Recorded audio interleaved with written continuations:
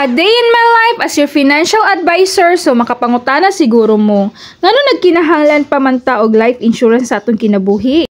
Ang tubag mao ni.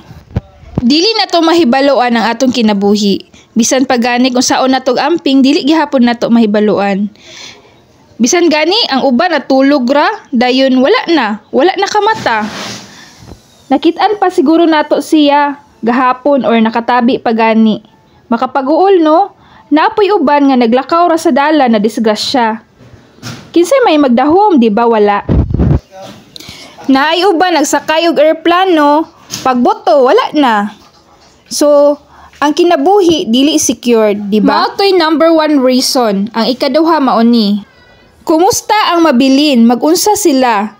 If ever ang breadwinner ang mawala, magunsa ilang pag-eskwela ang panginabuhi. Makaluluoy kaayo ang mabilin. Samot na ang mga anak nga nag-independent pa sa mga ginikanan.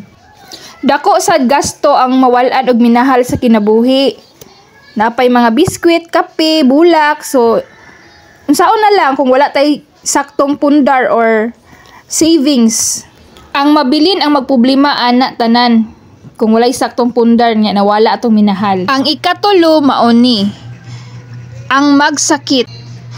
Ayaw lang sa pud ng patay-patay ma'am oy. Kay kahadlok pud ana oy. Sige.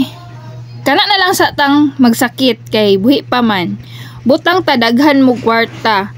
Ang pangutana dili na mahurot. Kung ang breadwinner ang magsakit, dili ka na mahurot sa pagpatambal niya.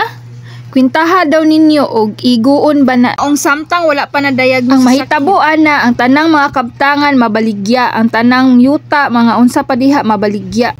Dayon ang mag-atiman maoy magproblema. Real talk jud na ako ang mga kapamilya. Kapangutana siguro mo, pila pud pwede nato ikabilin nila ana ma'am?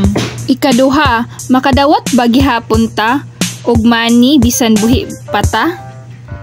If magsakit, pila pud pwede nato makuha?